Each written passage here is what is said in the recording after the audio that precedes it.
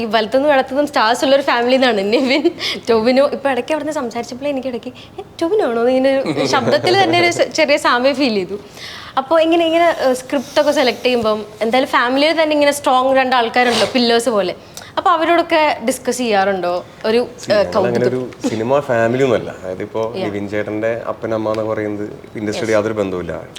Family ആയല്ലോ. അല്ല, ഞാൻ പറയുന്നത് ഇതെല്ലാവരും ഇപ്പൊ വന്നിട്ടുള്ളൂ. ഇപ്പൊ നിവിൻ ചേട്ടൻ വന്ന സമയത്ത് ഇത്രയും ഗംഭീരമായ സ്ക്രിപ്റ്റ് സെലക്ഷൻ ഉള്ള ഒരാളുണ്ടായിരുന്നില്ല എന്നാണ് ഇൻഡസ്ട്രി പറഞ്ഞിരുന്നത്. അത്രയും ഭംഗിയാണ് അയാളുടെ അദ്ദേഹത്തിന്റെ പാത്ത് വന്നിരുന്നത്. അപ്പൊ നമ്മൾ ആ സമയത്തൊക്കെ ചോദിക്കുമ്പോഴും ചേട്ടൻ പറഞ്ഞത്, എടാ ഞാൻ ആ സാധനം കേൾക്കും, കഥ കേൾക്കും, ഡയറക്ടർ ആരൊക്കെ നോക്കും, പിന്നെ അവർ നറേറ്റ് ചെയ്യുമ്പോൾ തന്നെ നമുക്കൊരു ഐഡിയ കിട്ടും. See how the characters going, how the film is going, ആ ഒരു കോൺഫിഡൻസ് കിട്ടും. അതിലാണ് അവർ സെലക്ട് ചെയ്തിരുന്നത്. അപ്പോൾ ഞാനും ആ പാത്ത് ഇപ്പോൾ ടൂവിക്ക് അങ്ങനെയാണ് ചെയ്യുന്നത്. അപ്പോൾ നമ്മളും ഒരു ലീപ്പ് ഓഫ് ഫെയ്ത്ത് ആണത്.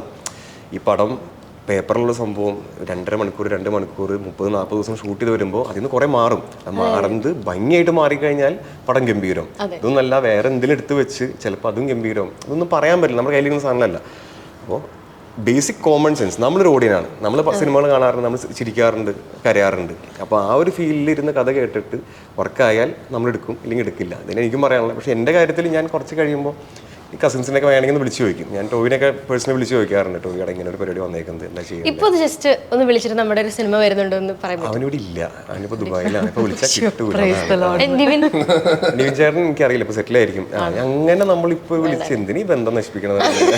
അടുത്തൊരു ദിവസം ഞാൻ വിളിക്കുമ്പോൾ അവൻ വല്ല ഇന്റർവ്യൂവിൽ നിന്ന് വിളിക്കുന്നതായിരിക്കും, എടുക്കണ്ട എന്നൊക്കെ പറഞ്ഞില്ല വെറുതെ. ശല്യം എന്നൊക്കെ വേണ്ടല്ലേ. വീണ്ടും ഇന്റർവ്യൂ ചെയ്യുമ്പോഴത്തേക്കും ധീരജനെടുത്ത് എന്നെ വിളിക്കാൻ പറയണം.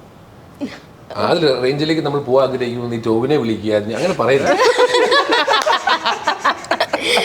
ഫോർ എക്സാമ്പിൾ ചന്തുനാഥനെ ഒന്ന് വിളിക്കൂ എന്ന് പറയാം.